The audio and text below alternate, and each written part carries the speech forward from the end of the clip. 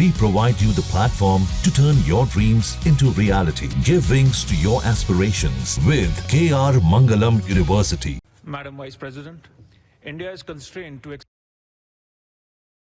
exercise its right of reply to address Pakistan's deeply troubling statement, a statement that seeks with breathtaking audacity to invert victim and perpetrator, as usual to deflect attention from its own record of shame. Pakistan chose to spend almost its entire speaking time not engaging with the High Commissioner's comprehensive review of the global human rights situation, but obsessively focused on India with its tired, fabricated narrative. We have, in the past, suggested that Pakistan might serve its people better by addressing their own needs rather than making India the centerpiece of every intervention. That advice remains unheeded. Tellingly, it ignored the High Commissioner's most vital message, the urgent need to bring terrorists to justice. No surprise, given its desperation to shield its own protégés. On 22nd April 2025, Pakistani terrorists turned a serene sanctuary in Jammu and Kashmir into a killing field, carrying out a barbaric execution of 26 Indian tourists in Pahalgam in front of their families. The UN Security Council rightly condemned this reprehensible act of terrorism and called for all perpetrators, organizers, financiers, and sponsors to be held accountable. And we all know that those sponsors operate from Pakistani soil.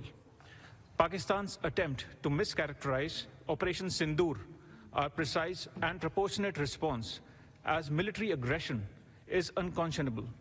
When a state harbors terrorists who massacre innocents, defensive action is not just a right, it is a solemn duty.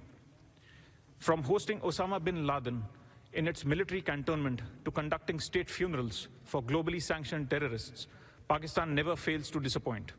It claims victimhood while remaining the acknowledged epicenter of jihadist terror.